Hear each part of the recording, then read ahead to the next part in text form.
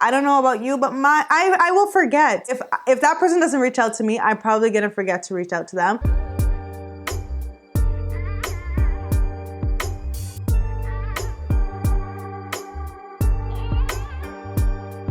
Hi everyone, welcome to my channel. My name is Reni. If you're new here, welcome. And if you're a returning subscriber, welcome back.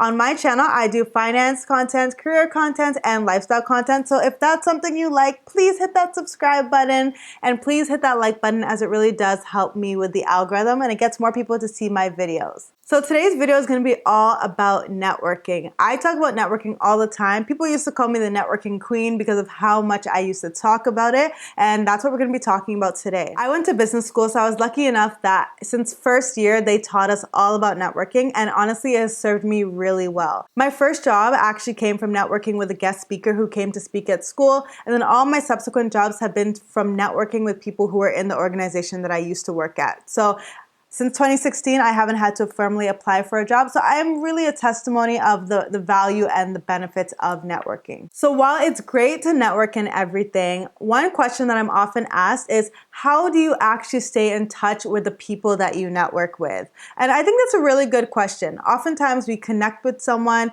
we hit it off with them, and then we just never speak to them again. Let me know if that's happened to you before. It has definitely happened to me, and that is why in today's video I'm going to tell you tips on how you can stay connected with people who you have networked with.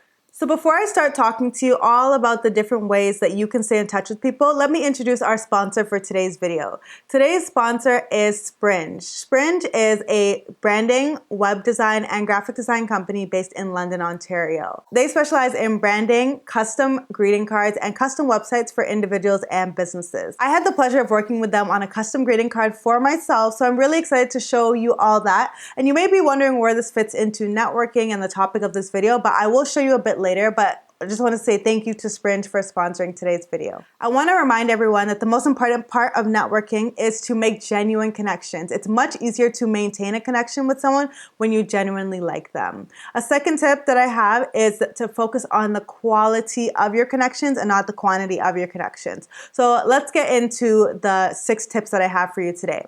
The first tip that I have is to share updates about yourself on social media. And a lot of people may think, what does social media have to do with networking? But it honestly has a lot to do with networking. And when I mean social media, I mean LinkedIn specifically, because that's a professional network. But if you have your connections on other platforms, it's applicable to there too.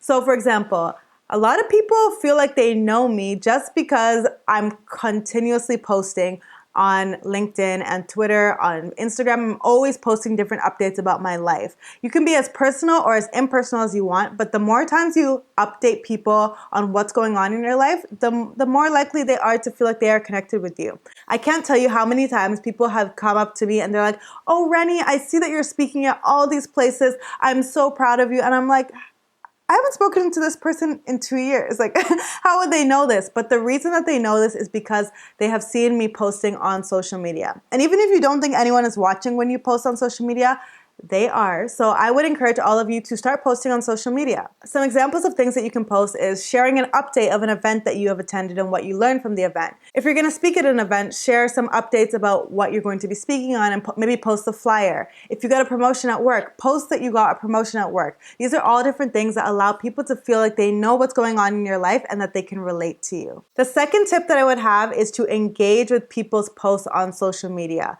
So it's one thing for you to post and post and post, but also make sure you engage with people's posts. If you've connected with 100 people on LinkedIn, you'll see some of them on your timeline. Start engaging and commenting on their posts.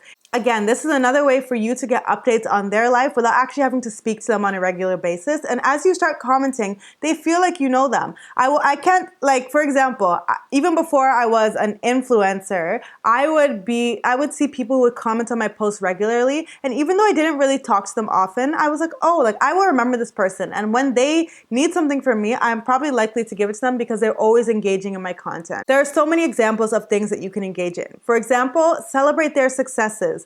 If they just posted that they won an award or they got a promotion at work or they're moving to a new company, celebrate them, comment on their posts. And this also gives you a nice in to start networking with them again directly. So if they post that they just got a promotion, great for you. Now you can go into their DMs and say, hey, congrats on the promotion. I just saw that you got this great new job. I'm so happy for you. And then you continue the conversation from there. It's an easy way to get back into their inboxes without seeming like you're like forcing it, you know?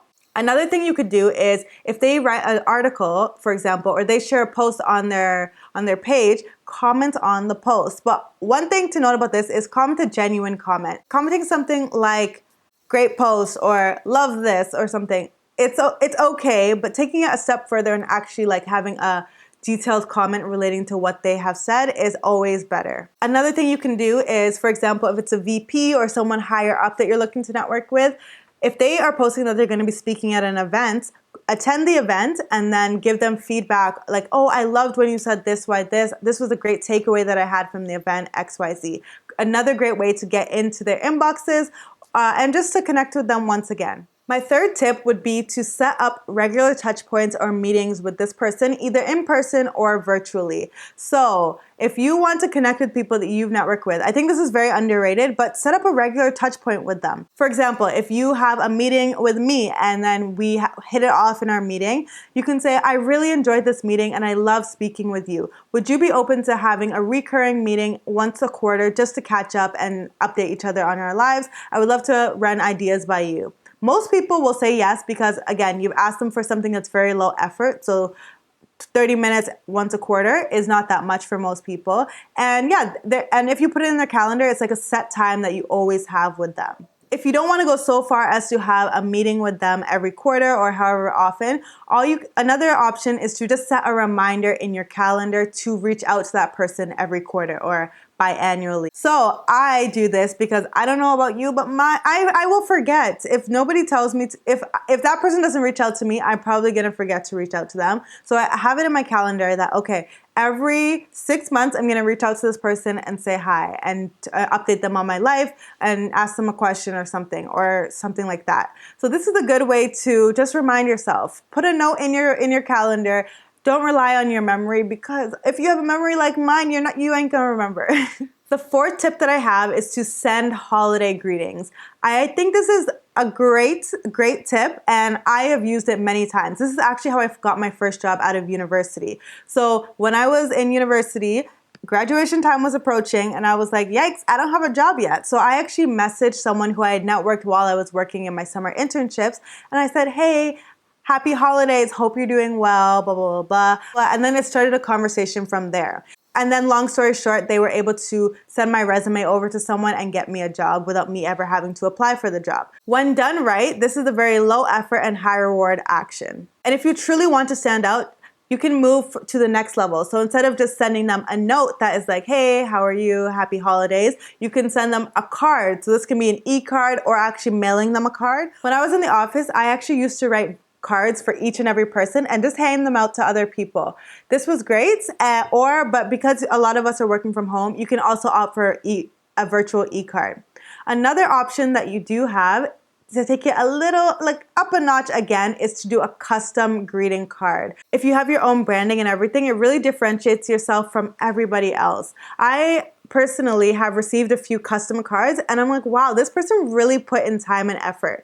And especially if you are someone who's networking with people who are extremely busy and are receiving greetings from lots and lots and lots of people, this will help differentiate you. For example, if you're trying to network with a VP and they get a bunch of happy holiday messages, but then they receive an attachment with an e-card, you know, you're standing out to them. You're definitely standing out to them. So this is exactly where our sponsor for today's video, Spreenge, comes into play. They create beautiful custom cards for individuals and businesses, as I mentioned earlier. And I actually got to create my own. So you can see that I have some here. I chose to create a holiday greeting card and look at it. I'm gonna do a close-up. Look at this. Not only is it a holiday card that has my logo on it and it has my signature on it, but it has my colors on it. Have you ever seen a purple holiday card like this? I don't think so. So it perfectly matches my personal brand and it will definitely stand out to all the people that I send it to. I chose to do this holiday card and I printed 10 of them. I'm going to send them to 10 of my closest connections that I want to make sure that I maintain a relationship with.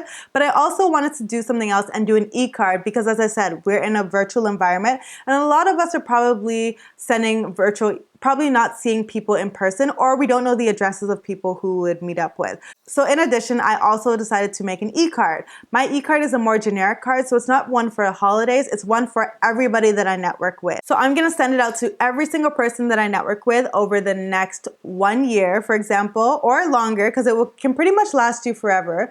So for example, if I network with one person per week over the year, that's 52 people that I'm going to be sending this out to, which I think is pretty good value for money. You're sending it out to 52 different people and it's just one card. The process of working with Spreenge was really easy, and I'm going to insert a few clips so you can see exactly what the process looks like. The first thing that you'll do is fill out a contact form on Spreenge.com outlining what you want on the card, and you can also upload your brand colors and your logo. So this is great because you can customize it to be personal to you. Within the same business day, a representative is going to get back to you. The next step would be to agree on the quantity of cards that you want to purchase, or you can choose an e-card. It's possible to get an e-card and physical cards because some people, I've only met them digitally, so I would not really feel comfortable asking for their address, while other people I have their address and I would love to hand them out. So I want to know if e-cards were an option. That is definitely an option. A graphic designer will then meet with you to understand you and your customer base a little bit better. After that, the designer is going to create 2 to 3 design options for you depending on the quantity of the items that you are ordering. So if you're going to order 500 cards, they're going to create 3 different design options for you. Whereas if you order 10 like I did, they're going to create 2 different design options for you. And then you're going to meet with that designer to discuss your final choice. This. Ooh, I like this. I love it. The colors are my colors. I really like it. Nice. Okay, so and then this. I like this one too. I think I like this one the best. So you really have 3 options when it comes to this. You can choose an e-card, so you'll send it virtually and they just send you the digital file so you can send it off to people. They can send you the printed copies like I got, so these 10 different cards, and they actually mailed it to me. They got it printed and they send it with envelopes as well. Or your third option would be to get the crops and bleeds sent to you. So that means they'll basically send you a printable copy and you take that printable copy to your local print shop and you get it printed. So they're pretty flexible with whatever option that you want to choose. The last step would be to send it over to people in your network. So if you know their address, mail it over to their address, to their office, or hand it over to them physically. Or if you know their email, of course, send over that e-card to them. This is also great for business owners who are looking to stay connected with their clients. So if you want to try out this service, the pricing does differ based on what option that you're going to get. So make sure that you reach out to them. If you use my code XORENI, you're going to get 10% off your purchase from now until December 7th. And remember, it's not just for your holiday greeting cards. You can use it for any type of card to connect with people year-round. The great thing is Spreenge is a small business, so they are very flexible based on whatever you really need. Make sure that you reach out to them, use the link in my description box, and make sure you mention XORENI so that you can get 10% off your purchase. The 5th tip that I have in order to stay connected with people in your network is to attend events that people in your network will be attending. So for example, I post when I'm going to events. I'll be like, oh, I'm so excited to attend this marketing event. I'm so excited to attend this personal finance event. People who are networking with me oftentimes attend the same events and then we have a discussion afterwards about what we learned at that event. This is a great way to connect with someone in a way that is natural. But one thing to note, you need to make sure you're not it doesn't seem creepy to the person. So make sure you're attending and you're connecting with them in a way that seems natural. The last tip that I have in order to stay connected with people who you have networked with in the past is to send them updates about what you have been doing since you last saw them. So this is something that I really love when I network with other people. And for example, if they ask me for advice on a job that they are looking to interview for, and I help them and I network with them and I give them some advice about what they need to say in the interview. And then a month later, they message me and they say, hey, Reni, I'm so excited. I wanted to let you know that I got the job. This is a great way to, again, restart the conversation with them. And most times they're super happy and excited that you actually followed their advice and that you implemented it and it worked for you. And then you can start having another conversation from there. So again, this is just a good way to get an in into their inbox, you know? Another example of this would be, say you're applying to a program and you told them about this in your networking event. Once you get into that program, make sure that you update them on it. You know, they will be very happy to hear about the success that you've had. Similarly, you can do the opposite as well. So if you're trying to get that job, if you're trying to move out of your situation, but you have not yet been able to, you can tell them that, hey, it was so nice connecting with you 2 months ago. I just wanted to let you know that I still have not been able to find a job in the industry that as we discussed, but I am still searching. If you see any jobs that you think that would be great for me, I would love to know about them. And any advice that you have on my career search journey, I would really appreciate. Again, this is another way to get into their inbox, know what advice they have for you, and oftentimes it helps you reignite the connection once again. Remember, networking can be done anywhere at any time. You do not have to be in a work setting in order for it to be considered networking. If you are a student, your professors, your peers, the staff there, those are all people in your network. Make sure you're connecting with them. If you go to a church or a mosque or another religious institution, that is a place where you can network with people. Send them a holiday greeting. Connect with them. If you are someone who does a sport or you have a different hobby like photography, those are all people you can network with. So make sure you're taking advantage and connecting with those people because they are all part of your network and can open doors that you never knew existed for you. So let me know, what's your best tip for staying in touch with your connections? I really want to know. I've used all 6 of these tips and they've worked pretty well for me, but I want to know what you do. Leave those tips down below in the comment section and let me know what you want to see in the next video. Thank you again to Spreenge for sponsoring this video. And if you want to use their services, make sure to use my code so you can get 10% off. Thank you for watching this video and I'll see you in the next one. Bye.